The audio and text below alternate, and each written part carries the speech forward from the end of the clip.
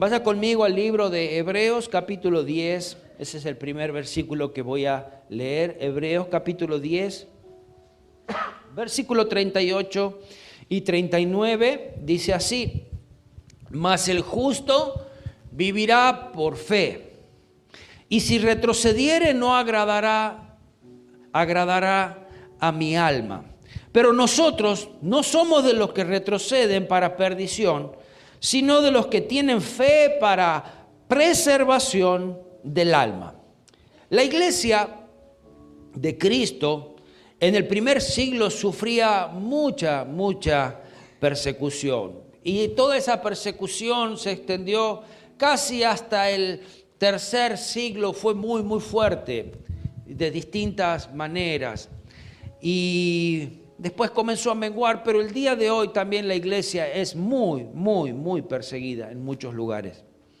Los cristianos eran encarcelados, torturados, eran muertos por seguir a Cristo. Los obligaban a negar su fe y ellos eran motivo de burlas, de juego.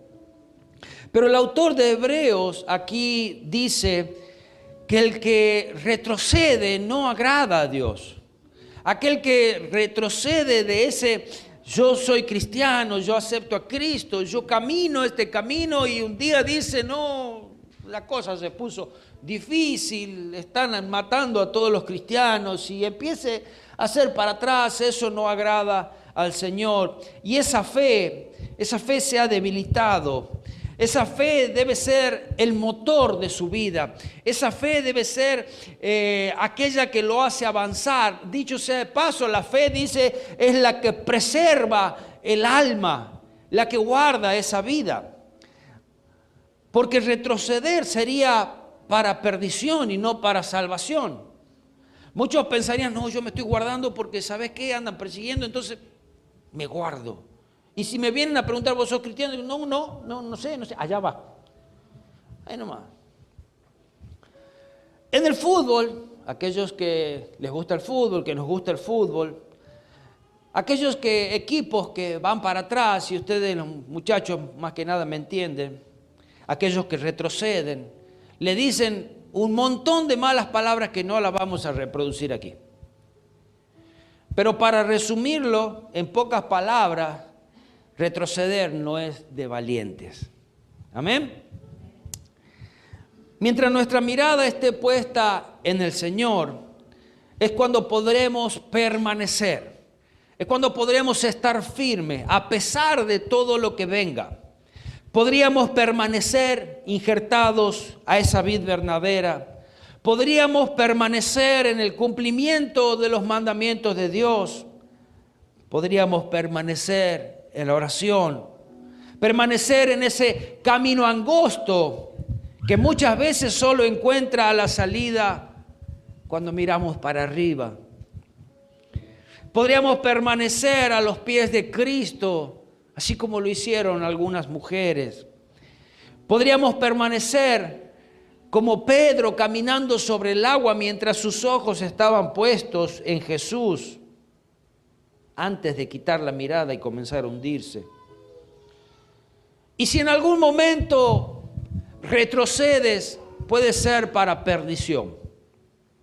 Para perdición que puedas no encontrar nunca más el camino. ¿Sabe? Tan solo dejar de caminar puede ser perdición. Siempre usted se habrá dado cuenta que la vida del cristiano parece cuesta arriba. Y nosotros tenemos cerca un cerro. ¿Alguna vez usted ha ido en un auto, caminando, en bicicleta? Bueno, yo les propongo, vaya en bicicleta.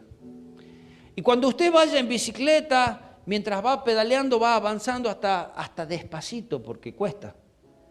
Pero deje de pedalear. Y usted va a ver como piedra se va abajo. Deje de pedalear. No, pero estoy descansando, no, me relajé un poquito y ya va a ver cómo se vuelve. Igual con el auto. Entonces, detenernos tampoco es una opción. Nuestra mirada no debe desviarse del Salvador. Hebreos 12:2 dice: puestos los ojos en Jesús, el autor y consumador de la fe, el cual por el gozo puesto delante de él sufrió la cruz, menospreciando el oprobio, y se sentó a la diestra del trono de Dios. Lo leo ahora en otra versión, la traducción lenguaje actual, que dice así: pongamos toda nuestra atención en Jesús. Muy bien había dicho nuestro hermano que tantas veces ponemos nuestros ojos en nosotros. Y cuando ponemos nuestros ojos en nosotros, nuestra fe se va a desvanecer. Vamos a encontrar que no hay esperanza. Vamos a encontrar que no podemos. Vamos a saber decir, tanto me falta, y no vamos a poder avanzar. Pero cuando ponemos nuestros ojos en Cristo, es allí cuando sabemos que somos más que vencedores, que en Cristo podemos, que Él es el que nos ayuda, que Él es el que nos perdona. Amén. Entonces nuestra mirada en Él, no en nosotros. Dice, pongamos nuestra atención en Jesús, pues Él es el que, de Él viene nuestra confianza, y Él es el quien hace que confiemos cada vez más y mejor. Jesús soportó la vergüenza de morir clavado en una cruz porque sabía que después de tanto sufrimiento sería muy feliz. Y ahora se ha sentado a la derecha del trono de Dios. Piensen en el ejemplo de Jesús. Mucha gente pecadora lo odió y lo hizo sufrir, pero Él siguió adelante. Por eso ustedes no deben rendirse ni desanimarse, pues en su lucha contra el pecado todavía no han tenido que morir como Él. Amén. Ninguno de nosotros ha muerto a nuestra vida. En realidad hay una lucha constante con la carne, y si algo tenemos que hacer morir es el viejo hombre que siempre nos enseña las Escrituras. Pero todavía todos estamos aquí de pie y nadie dijo, yo muero por mis pecados, crucifíquenme. Ninguno lo hizo, Jesús lo hizo por nosotros.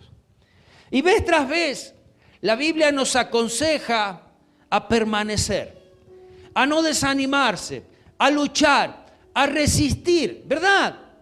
El que se detiene, el que se para, pierde, podríamos decir. Entonces, sigue.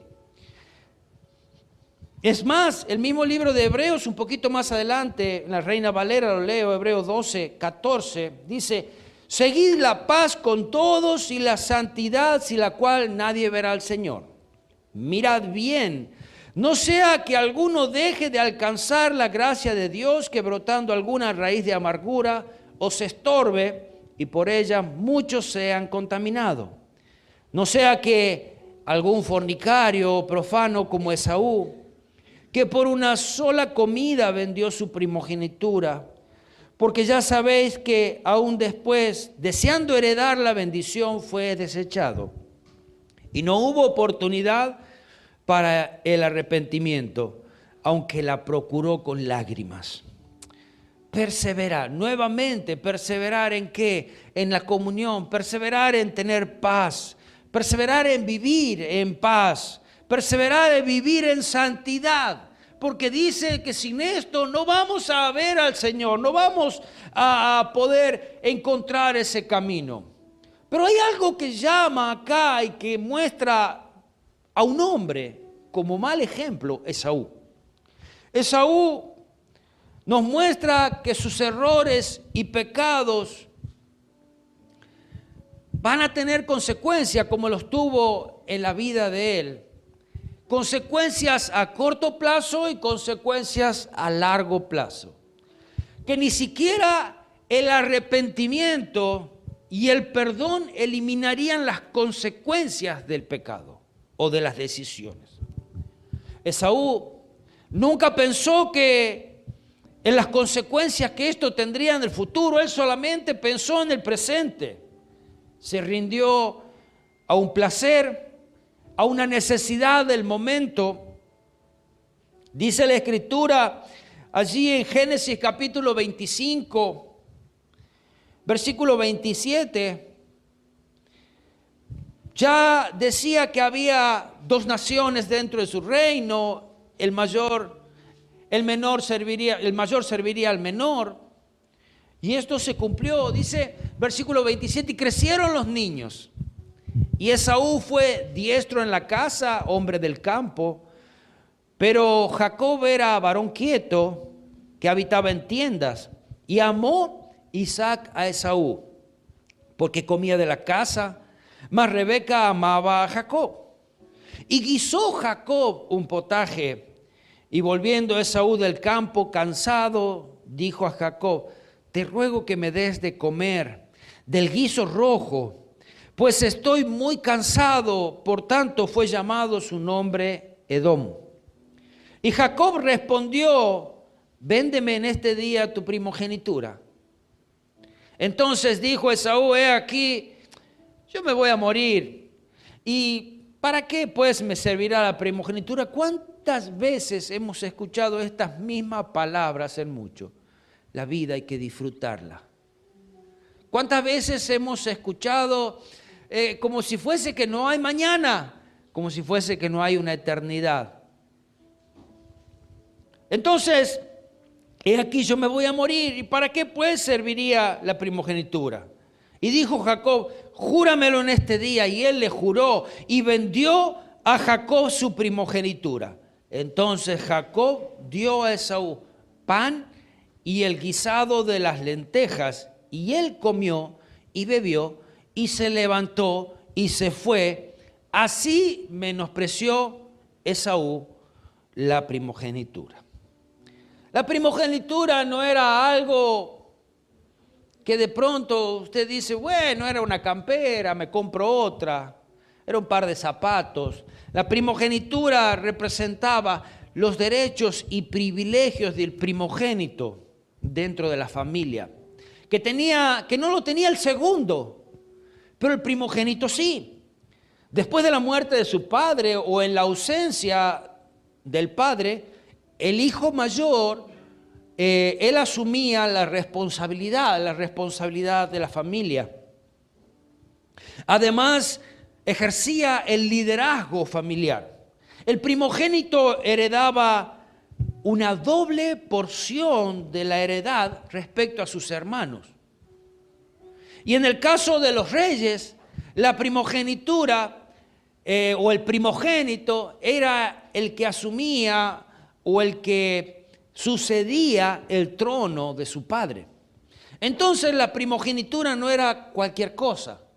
La primogenitura era muy importante. En el Nuevo Testamento, la idea de la primogenitura adquiere un significado espiritual.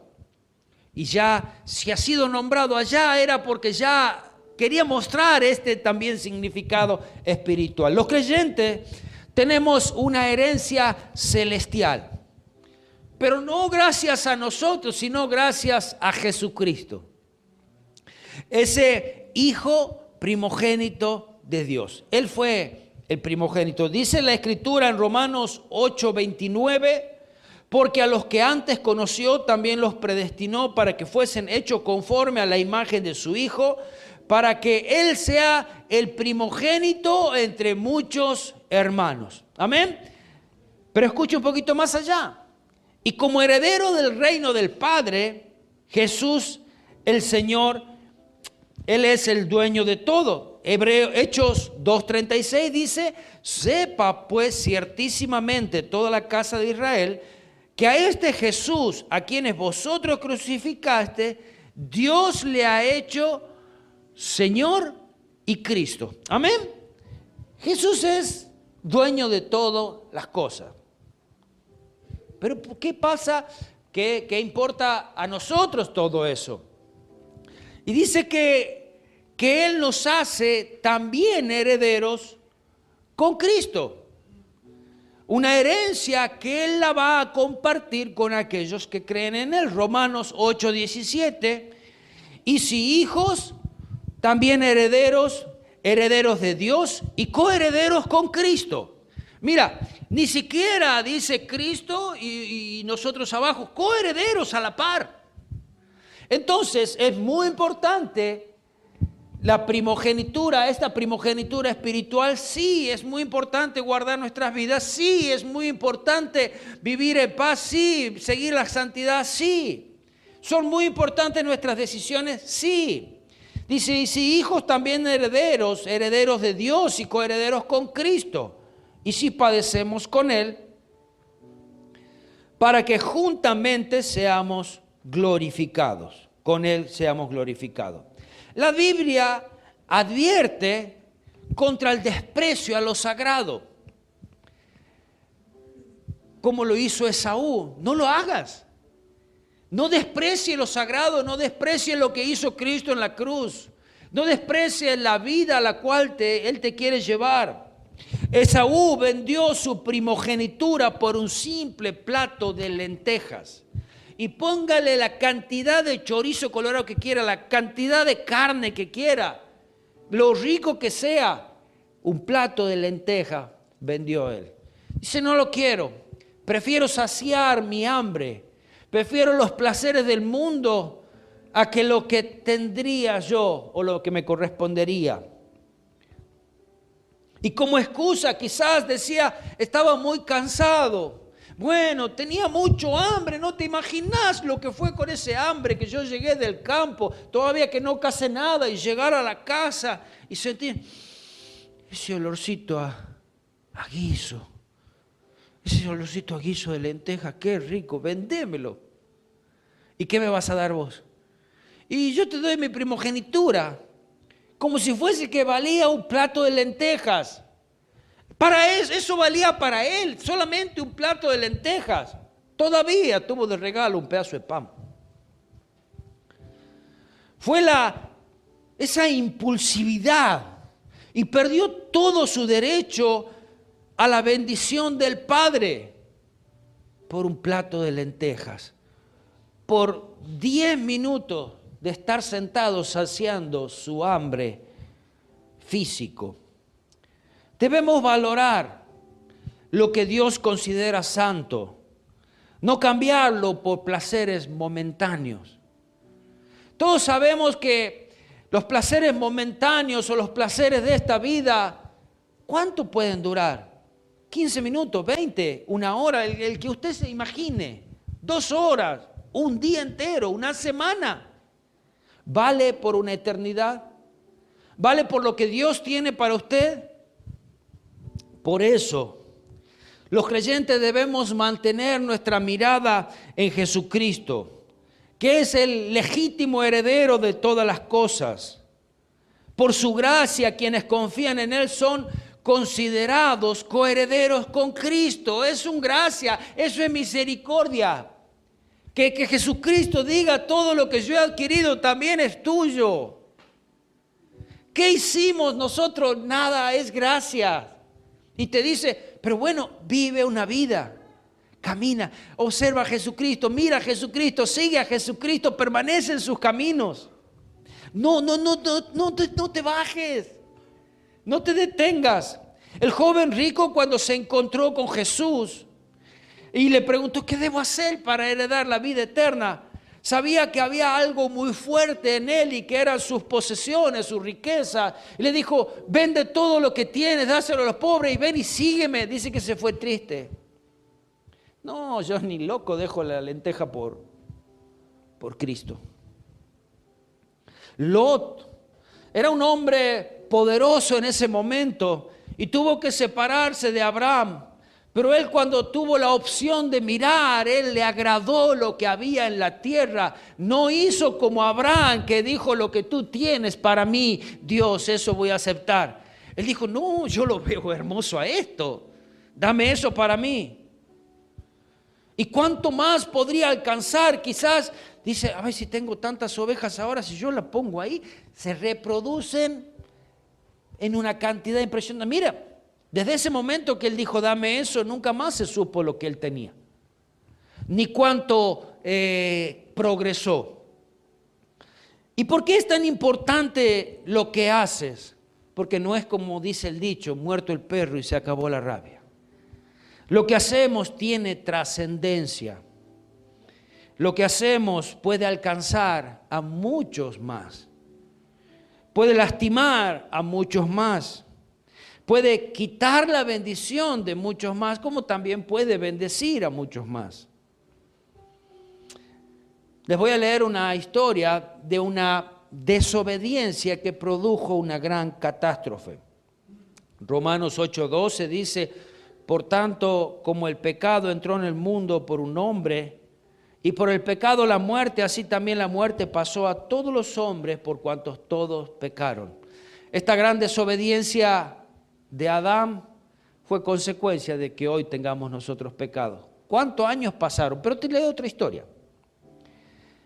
El 16 de abril de 1947, en Texas City, Estados Unidos, ocurrió una violenta explosión, la cual fue considerada como la más grande que se ha producido, aparte de las explosiones atómicas que se han efectuado. 3 barcos que contenían explosivos volaron por los aires y la población de Texas City fue inundada de flameantes desechos que destruyeron casi instantáneamente una fábrica de productos químicos valuados en $19 millones y produjo cientos de incendios. Dice que en esto hubo 551 muertos, 3.000 heridos graves y una pérdida de $50 millones por los daños producidos en los edificios. Ahora, si usted suma todo eso, es gigantesco el desastre. ¿Y por qué pasó esto? Todo estos perjuicios fueron causados por la desobediencia de un marinero o de un estibador, violando la prohibición expresa de no fumar. Él fumó y arrojó la colilla del cigarrillo sobre unas cosas inflamables. Entonces se produjo un pequeño incendio que comunicó a los depósitos de municiones y después vino lo peor, la catástrofe, todo por la desobediencia de un solo hombre. Solamente fumar un cigarrillo. Cuando decían no fumar, tiró la colilla y explotó todo. Amén. Lo que hacemos tiene consecuencias. Hay cosas que van a ser más pequeñas, otras que van a ser mucho más grandes. Hay cosas que van a durar menos tiempo y hay cosas que van a perdurar por mucho tiempo. La mujer de Lot, cuando Dios los manda a salir de esa ciudad, la mujer de Lot puso su mirada en lo que ofrecía Sodoma y Gomorra. Ella se enamoró de esa ciudad. Ella se enamoró quizás de todas sus posesiones.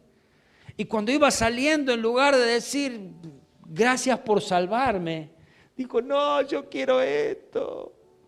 Y allí quedó una estatua de sal. Las hijas de Lot realizaron incesto con su padre, porque decían, bueno, ahora perdimos todo, ¿con quién vamos a tener hijos? Y que nuestro padre tenga hijos. Y nacieron allí, tuvieron relaciones con su padre y nacieron por lo menos 2 ciudades enemigas hasta el día de hoy del pueblo de Israel, los amonitas y los moabitas. Perdieron todas sus posesiones porque no les quedó nada, salieron quizás con lo opuesto. Y lo más importante, perdieron la bendición de Dios que venía pegada a la promesa del tío Abraham. Y ellos dijeron, no, prefiero la abundancia, prefiero el dinero, prefiero las ovejas, antes que lo que Dios tiene para vos. Perdieron la tierra prometida. Eva misma en el huerto lo tenía todo, tenía absolutamente todo. Todo lo que hoy el hombre quiere tener, Eva con Adán, poder, posesiones, riquezas, abundancia, todo eso tenía Adán y Eva. Pero Dios le había dicho solamente eso, no toque, eso no coman. Y allí, ¿qué es lo que va a hacer? Me dijiste que no, ahí voy. Y dice en Génesis 3:6, y vio la mujer que el árbol era bueno para comer y que era agradable a los ojos. ¿No le parece lo mismo que había visto Lot? Árbol codiciable para alcanzar sabiduría, y tomó de su fruto y comió, y dio también a su marido, el cual comió también con ella. Y allí la causa del pecado para toda la humanidad. Pero fue una fruta nomás, Señor, una mordidita nada más. David, teniéndolo todo, teniendo las mujeres que quería, teniendo poder, teniendo reino, siendo grande en el Señor, un día estando de ocio, miró por la azotea, deseó la mujer de su prójimo, la tomó y se desencadenó grandes problemas. Asesinó, adulteró, el hijo que nació fue muerto, toda su familia fue destruida y nunca dejó de haber guerra en su familia. Todo por esa causa. Sí, pero no pasa nada. Sí pasa. Sí pasa. ¿Sabes? Judas, por lograr sus ambiciones, él vendió a Jesús por monedas. Nosotros a veces vendemos a Jesús por menos que monedas. Cueste lo que cueste. Y sabes que Satanás sabe muy bien cómo podrá engañarnos. En un momento, en Job 2:4, cuando se presentó delante de Dios, respondió Satanás, dijo a Jehová, piel por piel, todo lo que el hombre tiene, dará por su vida. ¿Y cuán cierto es? ¿Qué estamos dispuestos a dar por satisfacer nuestra sed física, nuestro hambre físico, por satisfacer placeres? ¿Sabes que Satanás, él va a fondo? Él no va despacito, no sale despacito, él va a fondo, él quiere, pero rápido, la destrucción. Con sus tentaciones, él no está jugando. Él quiere que no alcances la herencia. Él quiere que no llegues al conocimiento de Cristo. A él no le importa tu vida. Y si te tiene que dar plata, te lo va a dar. No tiene problema. Que las cosas de este mundo, que los placeres, que las aflicciones, que los dolores, los fracasos, las injusticias, las pérdidas. Nunca quites la mirada de Jesús. Nunca quites la mirada de Jesús. ¿Vieron esas cámaras profesionales que tienen unos lentes gigantes? ¿La vieron? Quizás en los partidos de fútbol es más común verla. Ahora, ¿se dieron cuenta que estos muchachos, ellos están siempre en el mismo lugar, quietitos allí?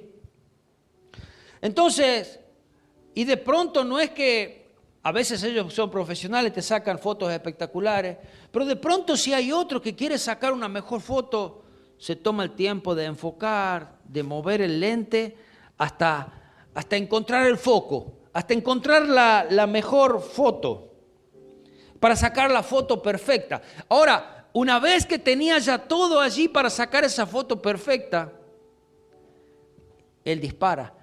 Si hace un paso para atrás, pierde el foco. Mira la importancia del retroceso. Pero Jesús, fue un solo paso. Perdiste el foco. Ya no fue la foto, ya la foto salió borrosa. O quizás le sacaste la foto a cualquier cosa. Si te enfocas, no te muevas.